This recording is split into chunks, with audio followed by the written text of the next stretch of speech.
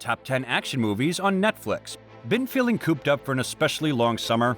It's time to get some action in your life by sitting on the couch and watching an action movie. Hey guys, welcome to your entertainment channel Netflix Tops, where we tell you about the top-rated movies and series on Netflix. So grab your popcorn and stay with us until the end of the video, because today's video is going to list down the top 10 action movies on Netflix. So let's get started.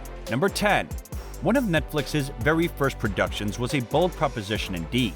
A war movie in a fictional African country, performed for long stretches in Twi, a dialect of the Akin language spoken in Ghana, about a child soldier groomed for violence by a simultaneously terrifying and magnetic commandant. Beasts of No Nation plays out just as bleak a manner as the premise suggests, leaving the viewer morally conflicted and emotionally exhausted. In a movie that's equal parts thrilling and harrowing, Idris Elba delivers an absolute masterclass in his role as the commandant. You watch him groom a child for war and perform several war crimes, and yet, somehow, you still find yourself wanting to root for him. And no less of a revelation is the young Abraham Atam as Agu. Number 9. Peggy Sheeran, Lucy Galena, watches her father, Frank, Robert De Niro, through a door left ajar as he packs his suitcase for a work trip. In goes the trousers and shirts, each neatly tucked and folded against the luggage's interior. In goes the snub-nosed revolver, the ruthless tool of Frank's trade. He doesn't know his daughter's eyes are on him. She's constituently quiet and remains so throughout most of their interactions as adults. He shuts the case. She disappears behind the door. Her judgment lingers.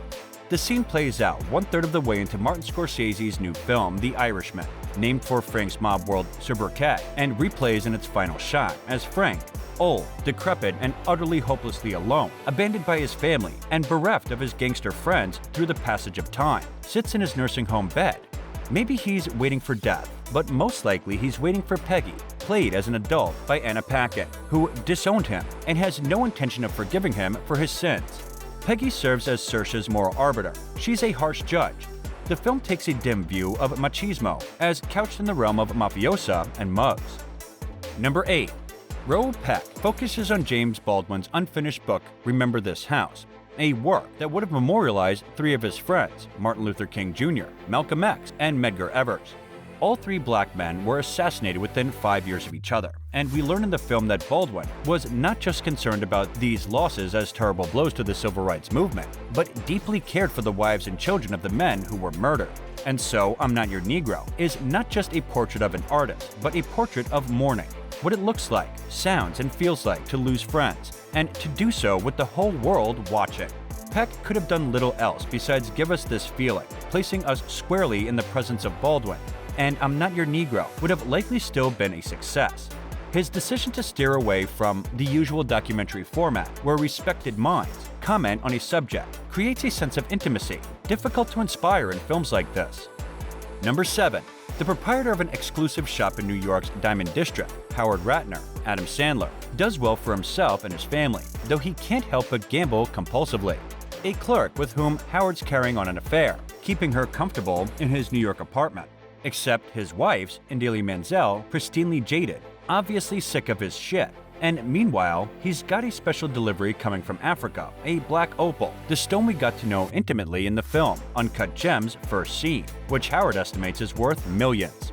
Then Demony happens to bring Kevin Garnett as himself, keyed so completely into the Safdie brothers' tone, into the shop on the same day the opal arrives, inspiring a once-in-a-lifetime bet for Howard, the kind that'll square him with Aaron and then some, as well as a host of new crap to get straight. It's all undoubtedly stressful, really relentlessly, achingly stressful. But the Safdies, on their 6th film, seem to thrive in anxiety, capturing the inertia of Howard's life and the innumerable lives colliding with his, in all of its full-body beauty. Number 6. An explosively frank feature debut that immediately announces Lee's brave, fresh, new voice in American cinema. She's Gotta Have It, shot like a documentary, as a level-headed exploration of a young black woman named Nola, Tracy Camilla Jones, trying to decide between her 3 male lovers, while also flirting with her apparent bisexuality in order to first and foremost figure out what makes her happy.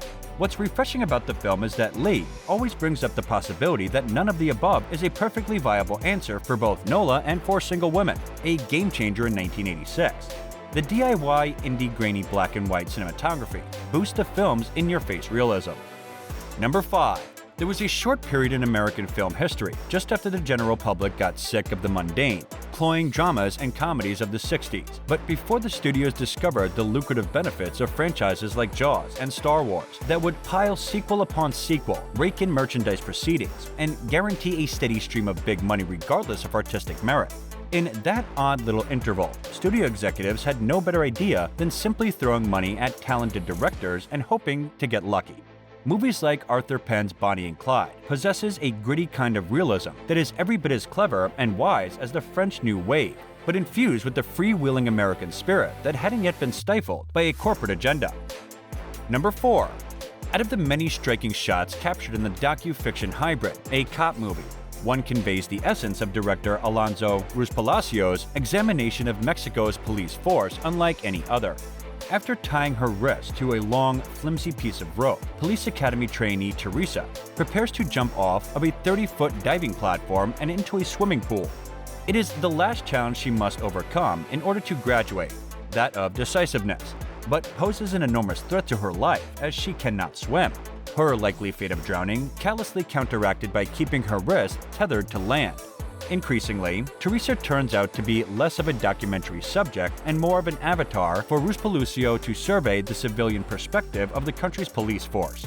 Presented as the honest central subject for nearly half the film, Teresa, who is based on a real person, turns out to be played by actress Monica del Carmen, who has expertly molded herself in the real-life officer's image. Though initially presented themselves as two officers simply doing their best within a crumbling system, the second half of the film makes it clear that these sentiments are only the biased projections of their real-life counterparts. Through carefully crafting these illusions and then stealthily unveiling the hypocrisy behind it, a cop movie is subtle yet audacious in its indictment of police corruption and the individual officers who buy into it. Their good intentions be damned. Number 3. Why did TV journalist Christine Chubbuck take her life on camera in 1974? The brilliance of this Antonio Campos drama, Christine, is that it tries to answer that question while still respecting the enormity and unknowability of such a violent, tragic act. Rebecca Hall is momentous as Christine, a deeply unhappy woman whose ambition has never matched her talent, and the actress is incredibly sympathetic in the part. As we move closer to Christine's inevitable demise, we come to understand that Christine isn't a morbid whodunit, but rather a compassionate look at gender inequality and loneliness. Number 2. Zoolander was a landmark comedy in 2001, thanks to the wonderful chemistry between Ben Stiller and Owen Wilson as a pair of male models. Wilson's Hansel cares more about what bark is made out of and idolizing Sting, not for his music but for the fact that he's out there doing it, than his rivalry with Ben Stiller's Zoolander. Eventually, the two supermodels must work together to try and bring down Mugatu, Will Ferrell, after he brainwashes Zoolander with the Frankie Goes to Hollywood song, Relax. Number 1. Smart action movies don't come along often, but director Gina Prince-Bythewood's adaptation of Greg Rucka's superhero comic cracks like a whip. Following a group of immortal mercenaries on a revenge mission in The Old Guard, it's a surprisingly human addition to the genre that grounds itself in the complexities of its characters, making space for a queer representation and the painful realities of immortality. And this brings us to the end of the video. Don't forget to like the video and subscribe to our channel for amazing movie reviews coming your way, and thank you for watching.